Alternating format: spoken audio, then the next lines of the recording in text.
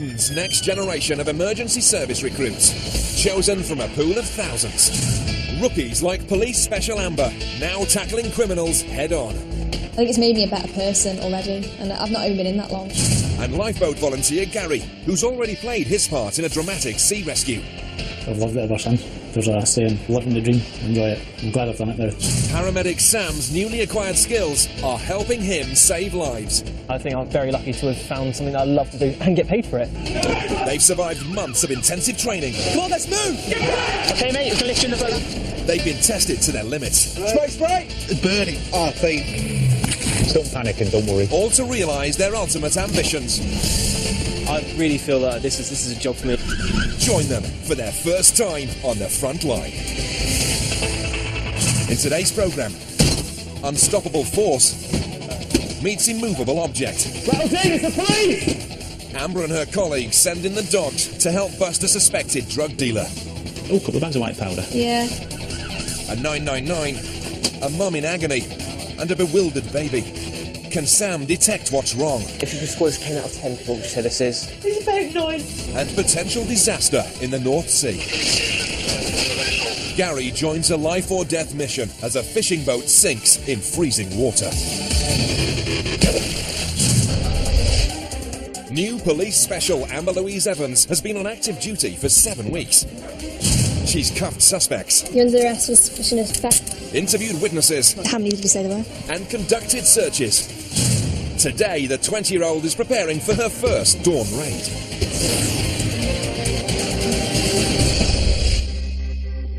"7 a.m. Stab-proof vest on, baton in place.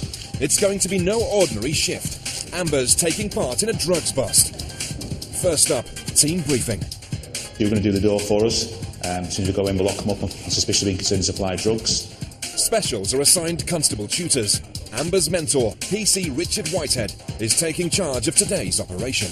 Ben and James, you're going to go down the back, make sure nothing's launched out, aren't you? Cheshire Police arrested 3,000 people for drug offences in 2013. Amber will be responsible for any arrests today. And as we double back, Ben and James can peel off in the Corsa to the rear of the address. Specials may be unpaid volunteers, but they have the same powers as regular officers and face the same risks. I'm always nervous before a shift, even if it's just normal. I know I'm just going to be doing a patrol. I'm still nervous because you don't know what's going to happen. So today I'm extra nervous. Amber wants to become a full-time officer and is taking a university degree in police studies to help realise her ambition. That means hard work, early nights and a gruelling schedule. I was up at 4:30 this morning, but it'll be worth it because it'll be a fun day.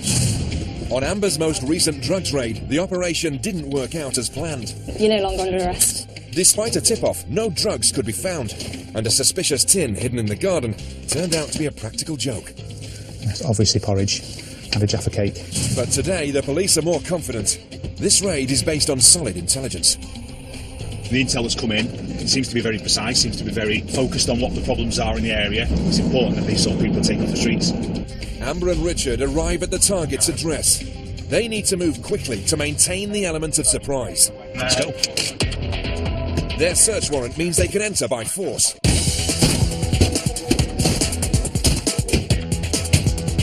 The suspect has put firm security measures in place. His front door is impregnable. Let's push it. It's the same at the bottom. Time for a different tactic. Round the back. Just go in. They need to get in fast. The suspect could be using the delay to get rid of drugs. And it looks like he's doing exactly that. Just flushing everything. The officers try to block the drain. Open the back door! Then attempt to get in through a partially open window. It's the police! Stop pushing the door and get down here! Finally, they do gain entry. Amber reads the suspect his rights.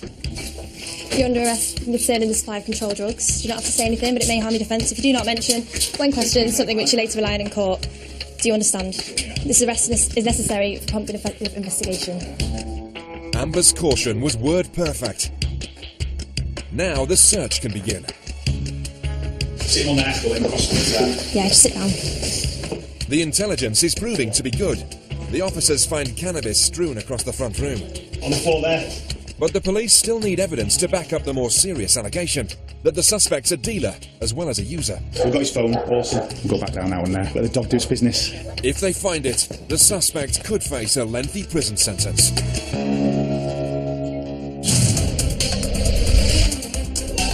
The West Midlands Ambulance Service receives around 1 million calls each year. Good job. Off we go. And new recruit Sam Duplessis Grimson is already getting his fair share. In his first month, he's treated a child suffering a severe allergic reaction and an elderly stroke patient. Okay. Sam's treated the entire age range. But there's always something new around the corner.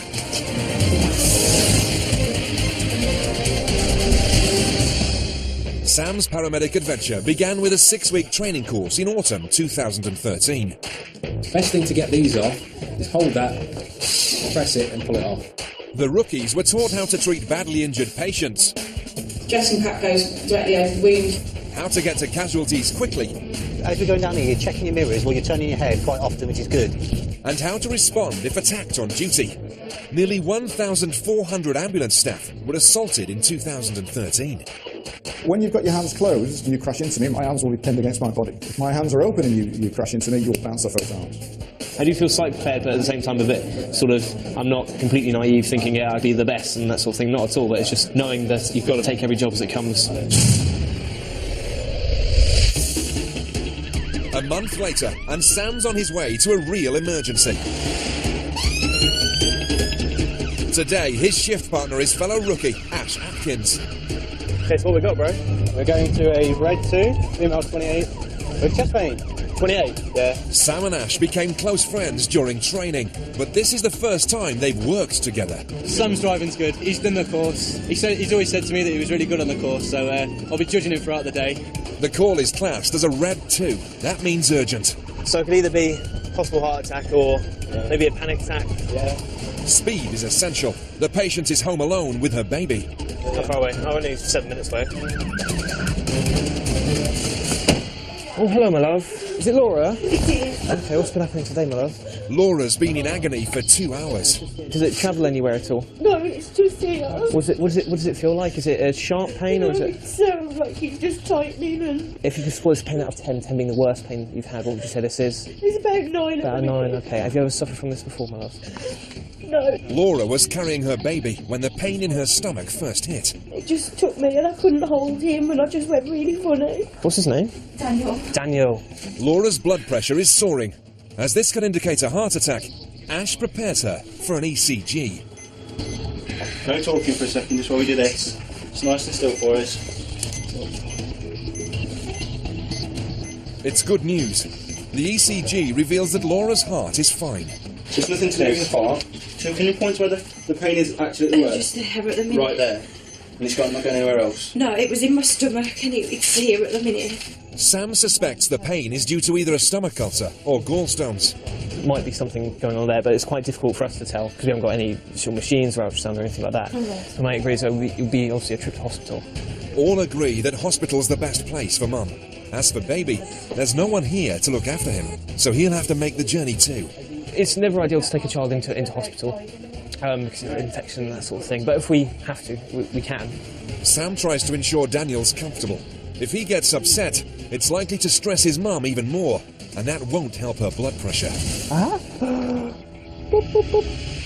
Laura will be monitored en route. I'm just going to pop on some observations because her blood pressure was a bit high earlier. I'm just going to keep an eye on that. Throughout the emergency, an ability to stay cool under pressure has been crucial. What we really wanted to do was just sort of calm the situation down. With that one, if we'd gone in and sort of overreacted, the baby would have picked up on it. We would have had a screaming child, a lady's in a lot of pain, and it would have just made the whole situation a lot worse. So you just got to make sure you take everyone into account. Despite their best efforts, Daniel does become agitated. But that's more due to the time of day than the journey. He's upset because dinner service has been shut. Laura's whisked into A&E for tests. The paramedics' work is done, and baby Daniel will soon be able to calm down again. The fact that he was hungry had nothing to do with it. It was your driving. He was You're fine before blaming we my set off. driving for the... He was fine before we set off. You're blaming my driving for that? Yeah. Sam's driving skills will soon be put to the test again. There are several hours of their shift still to complete. Paramedic training is rigorous, but not uniquely so. All along the UK and Ireland's coast, lifeboat recruits undergo equally challenging tests. As RNLI volunteer Gary Crow is about to find out.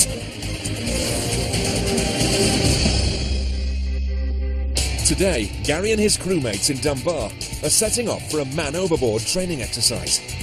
These are must-have skills. RNLI lifeboat crews in Scotland rescued more than 1,000 people last year. Coxswain Gary Fairbairn briefs his team. We're going to put you in the water as a casualty. And guys, I want you to put the safety harnesses on them, okay? Gary's a joiner by trade. He applied to join the lifeboat crew a year ago and now has a whole new set of colleagues. I've loved it ever since. There's a saying, living the dream, enjoy it. I'm glad I've done it now.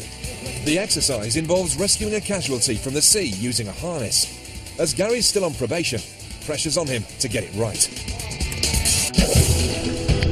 The casualty needs to be saved quickly. In a real call-out, there'd be a risk of hypothermia. Gary must secure the straps properly. Failure to do so could lead to the casualty being injured when he's lifted. The pulley system allows the crew to hoist weights of 250 kilograms, essential for lifting waterlogged casualties. How's it feel to be rescued, mate? Gary's completed the first section of his training. Now on to part 2. In extreme conditions, a lifeboat's power steering can fail, so the boat's rudders need to be controlled manually. Gary's Cox wants to see if he can do that during a practice casualty rescue. It's a big ask. So what we're going to do is rig up the emergency steering, guys. I want you to command the lifeboat as we're doing it, so you're going to be giving us orders, and at the same time we're going to have a casualty in the water, and that casualty is going to be a fender, okay? Doing this exercise with a crewmate in the sea would be much too dangerous. Instead, the team will pick up a lifeboat fender, if Gary can get the boat close enough. Just keep that 1,000 revs, guys. Stay hard, okay? The rookie shouts commands to crewmates, who adjust the boat's rudders with ropes. If he gets this wrong, the lifeboat will veer out of control.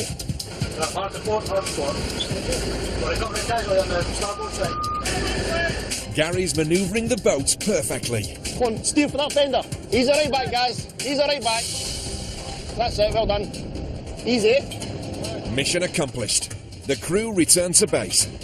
Even though he's only just joined, Gary already feels part of the team. There's never, you're the newbie or anything like that. They've always tried to encourage you to do your best. They're all great. Every one of them is just they spend the time to teach you. I say my half to him, you know, he's still within his year's probation, so what he's done so far, I'm very impressed with. The newcomer has also impressed while responding to a real life and death call-out. Summer 2013, and local fisherman Peter Gray's boat suddenly started taking in water and sinking during a fishing trip. The last things that I can remember is getting the life jacket and the boat starting to roll over.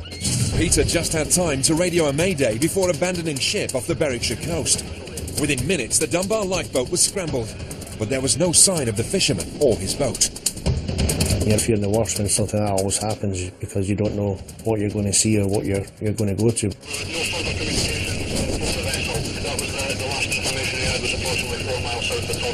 As the crew tried in vain to find him, Peter was struggling for survival in the freezing water. I was starting to feel the effects of hypothermia. But at the same time I was trying to swim ashore. I was heading for the shore, but the tide wouldn't let me go ashore.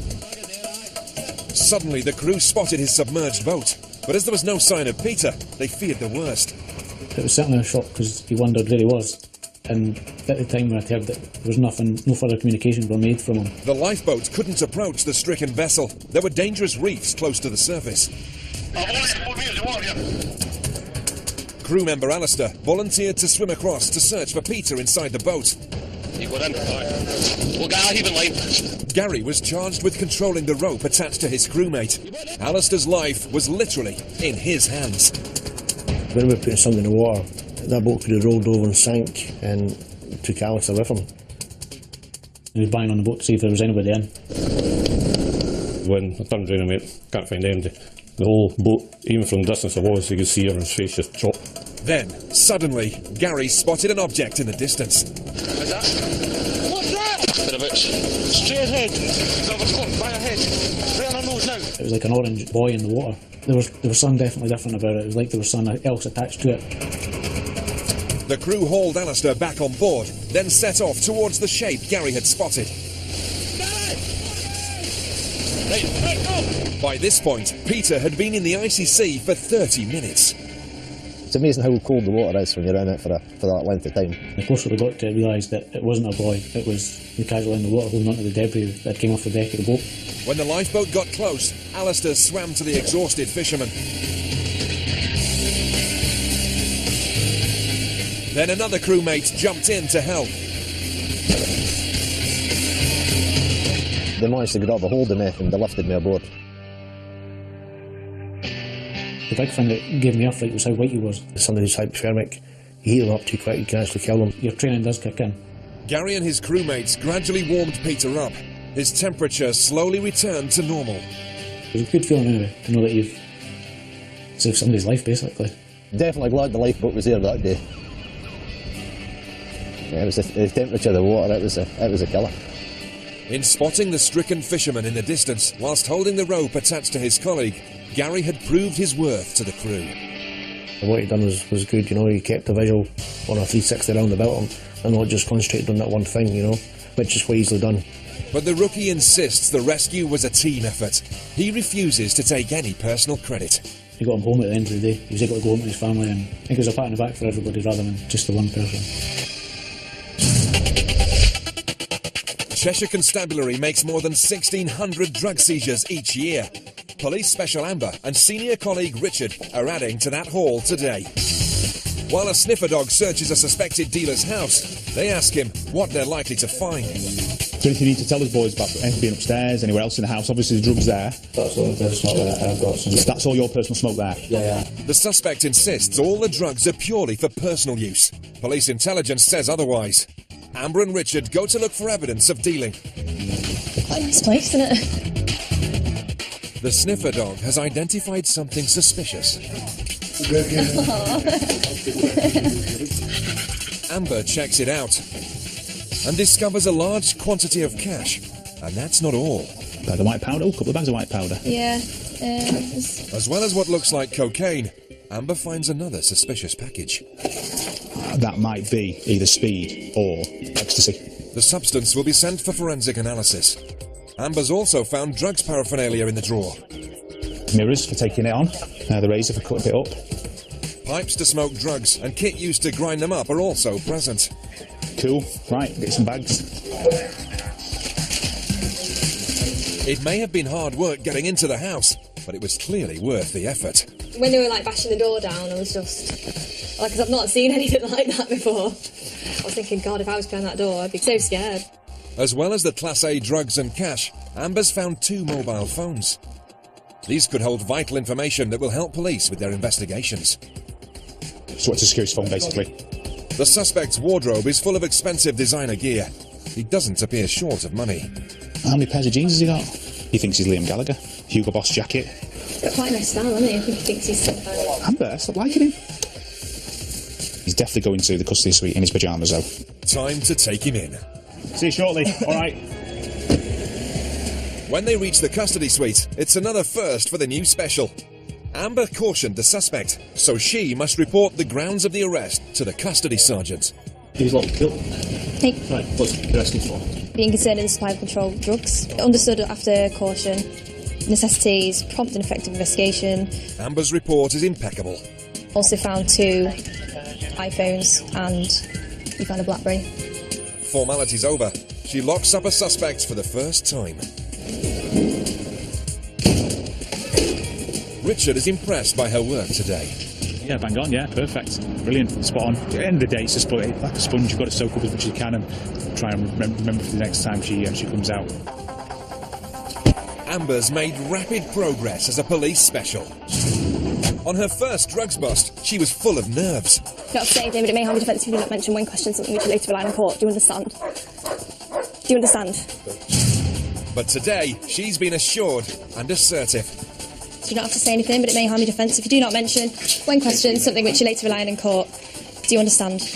On the arrest and second drug bust, I felt a lot more fluent and a lot more confident in the way I spoke to him when I arrested him. Compared to the first one, I just remember being really shaky and scared out my wits, really. I just remember feeling like, oh, I did that really well at the end of it. Well, at least I hope I did. Amber became a special to help her decide whether to apply to join the police full-time. 7 weeks in, she has no doubt where her ambitions lie. After the shifts I've done so far, I know that I've enjoyed them so much that I know that it's going to be what I'm going to love to do in the future. And I'm really glad that I've enjoyed it so far, because I couldn't imagine what I'd be doing if I didn't like it.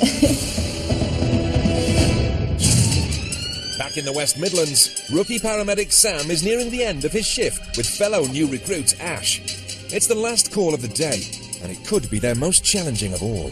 We're going to a pregnancy in a swimming and fitness centre, so fingers crossed it's not about to drop. Sam puts his foot down. More information trickles through. The patient is 32 years old and 9 months pregnant. Maybe not yet born. The swimming pool manager meets them on arrival. The mum-to-be's waters have broken while she's in the bathroom. She's due to undergo a caesarean section in 2 days' time, but the baby doesn't want to wait. Felt a bit of a gush and I thought, well, it's not me. Generally wetting myself, and the more I walked, the more I sleep. Do you feel able to walk? Yeah, I think so, yeah. Sam and Ash want to get the patient, Nicola, to the nearest maternity unit before she goes into labour. Yeah, good luck. All right, cheers. Cheers. Sam tries to put Nicola at her ease. So do you work here? I was going to swim with the boys on a swimming lesson. Oh, all right. I thought I'd better go today because my last one I'll be going to for a week because I'm in the C-section. And Do you know if it's a boy or a girl? It's a boy. It's a boy. It's a boy, yeah. Got names yet? Drew. Drew. Yeah. Now she's settled comfortably, they can get a full medical history. Pregnancy been fine. A little bit high blood pressure now and again. With your water's gone just? Yeah. It was just water? Nothing No, else, like, nothing mucusy in it. type? No. Okay. Nicola will be monitored en route for any signs of problems. She just said she suffers from high blood pressure during pregnancy. It's an early indicator of some not so nice things, but at the moment everything seems to be ticking over nicely. She looks in good health and she's not pushing, so we like that. It's off to maternity. Sam goes as fast as he can. Tonight, he'd prefer not to play midwife. I've delivered 2 babies when I was a student, but they're never a great job to go to because a lot of things can go wrong. But it's always nice when you get there and they're sort of, no, they're not pushing, not contracting. You go, brilliant, we can relax and yeah, have a little Binwood hospital. It's always a bit of a relief. They arrive at the nearest unit before the baby makes his appearance. Your bump's not dropped at all, has it? Doesn't feel like it has. Just a bit softer, not as hard, but no. Yeah. With Nicola safely delivered to the labour rooms, Sam and Ash's shift is finally over. At the end of their first day working together, it's time to find out the two friends' verdicts. Today's gone well with Ash. We've had a good few patients and we've been able to help out a few people. We've supported each other really well, good teamwork. And we haven't fell out, which is always a good thing. Sam's now a month into his fledgling career. All his training to get to this point was clearly worthwhile. I've landed on my feet. I think I'm a very lucky sort of 22-year-old man to actually be in the career that I want to do for the rest of my life. Sam's patient Laura was diagnosed with a stomach ulcer. She was discharged from hospital after treatment, which improved her symptoms. The suspected drug dealer Amber arrested was charged with possession with intent to supply controlled drugs. He's on police bail, awaiting trial. And Nicola gave birth within minutes of Sam and Ash getting her to the hospital. Baby Drew was 8 pounds and 15 ounces. Next time, a Friday night fight. He's resisting arrest and attempting to bite one of the police officers. Sarah races to help colleagues deal with a drunk. Absolutely horrendous. A warehouse in flames. That's still smouldering. A rookie under pressure. Come on, Al, get in there. And Mayor's toughest call yet. Still reading out about it. A tragic case for the new paramedic. It's really shocking, I can't believe it.